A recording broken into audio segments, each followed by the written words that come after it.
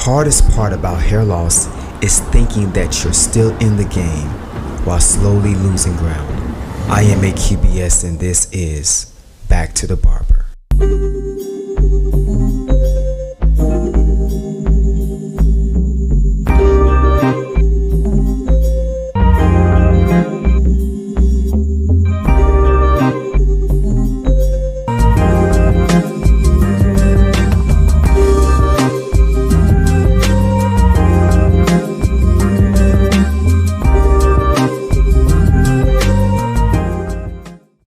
Imagine this, bottom of the ninth, 2 outs. Your team is down by 1. The stadium is electric. Everyone is standing. And the entire game comes down to this moment. You step up to the plate, sweat on your hands. The crowd is roaring behind you. Your heartbeat pounding in your ears.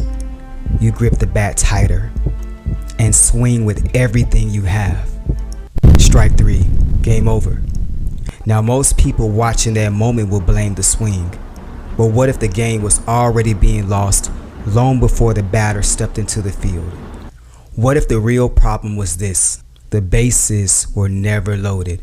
And strangely enough, this is exactly how most men approach hair loss restoration.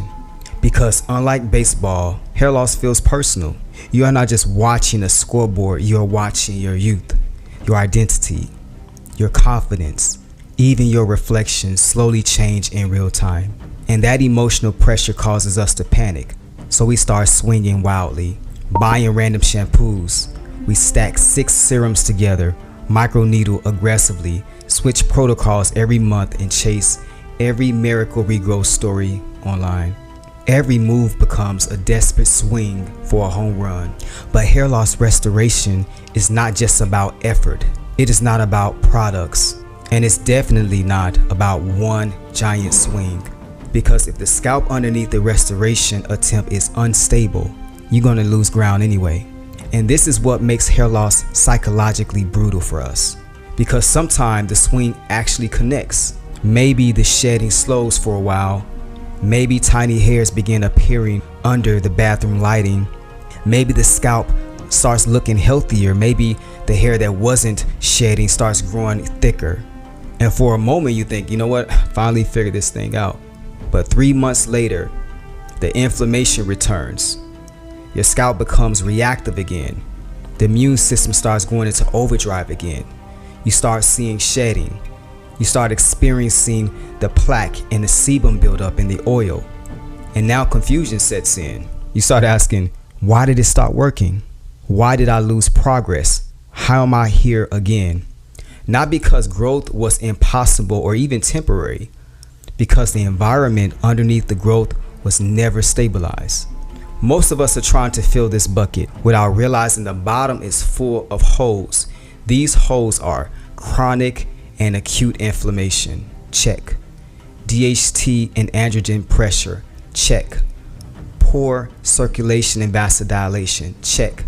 Microbial and pathogenic imbalance, check. These are the silent leak points, and no matter how much growth you pour into the system, how powerful your topicals are, how consistent you are, the scalp cannot hold progress long term. This is why baseline stability matters. And this is how I discovered it over time. Not because it is flashy or it sounds cool, because I learned that despite my efforts of growing hair or regrowing hair, I could still lose hair if the bases weren't covered. Baseline stability to me is not about a treatment. It's not about escalation. It's not about a miracle protocol. It is the minimum biological coverage required to prevent regression while restoration is underway. Another way of looking at it is you got all of your bases covered so that you can put your efforts into regrowth. Think of it like building the inning correctly before swinging for the fence. In the Capillus Codex, baseline stability has 4 core pillars, and you can think of them as the bases on the field. First base, DHT pressure. Imagine trying to defend the field while one entire side remains open. This is what happens when androgenic pressure remains unchecked. You can stimulate growth all day long, but follicles are still being compressed biologically underneath the process. Second base is inflammation. Inflamed tissue does not recover properly. It circulates poorly, it heals poorly, it responds poorly, and many men, myself included, were trying to force regrowth through irritated tissue. And I learned this. If the tissue is irritated, if it acts as if it is infectious, then the hair will not grow. At most, you're going to get villus hairs. Third base, microbial load. This is one of the most ignored areas in hair loss restoration. Yeast, fungal imbalance, microbial overgrowth, bacterial overgrowth, pH unbalance. These silent scalp disruptions slowly damage barrier integrity and increase inflammatory signaling over time. The scalp environment matters more than most people realize. As a matter of fact, I view hair loss restoration as really scalp health. Home plate. Now that is circulation. No circulation, no delivery. Follicles are living structures. They are small organs, and a starved tissue cannot respond correctly. Remember the restoration equation I created. H equals K multiplied by C over R, which means hair quality or regrowth is dependent on increasing circulation and reducing all restriction. Now let's go back to the game. The batter swings hard, maybe even perfectly, but the bases were empty. No setup, no structure, no support beneath the moment, as if one swing wins the entire game.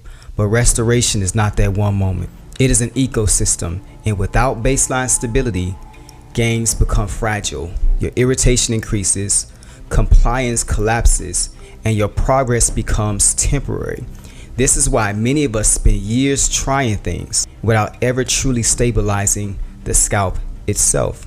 Now, interestingly, the idea of baseline stability is not just a metaphor, a philosophy, or theory. A lot of the existing literature quietly points in the same direction. And once you begin looking at hair loss research through this lens, the pattern becomes difficult to ignore. Inflammation. One important paper published in the British Journal of Dermatology examines something called microinflammation in androgenic alopecia.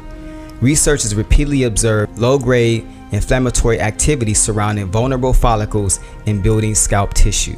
No dramatic inflammation, no severe visible inflammation, just chronic background irritation.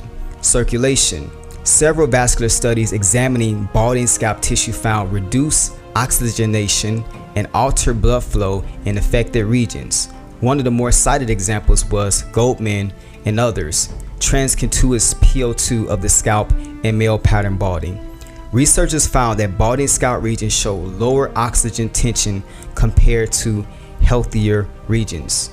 And finally, modern scalp research is increasingly viewing the scalp less like isolated skin and more like an ecosystem. Multiple dermatology reviews examining the scalp microbiome and Malaysia activity have linked microbial imbalance to irritation, barrier dysfunction, and inflammatory signaling. And this is important because most men only focus on what should I apply instead of what kind of environment am I applying this to. How healthy is my scalp? Because a healthy scalp makes healthy hair. Now we're going to rewind this story one final time. The same stadium, the same pressure, same setup, the same batter, but this time the inning was built correctly. The bases are loaded: anti-DHT, anti-yeast, and anti-inflammation with circulation boosting. Now when the batter swings, the hit actually means something. Like, subscribe, and comment, as iron sharpens iron and we only have each other. And remember, if I can do it, you all can do it too. Let's get you back to the barber.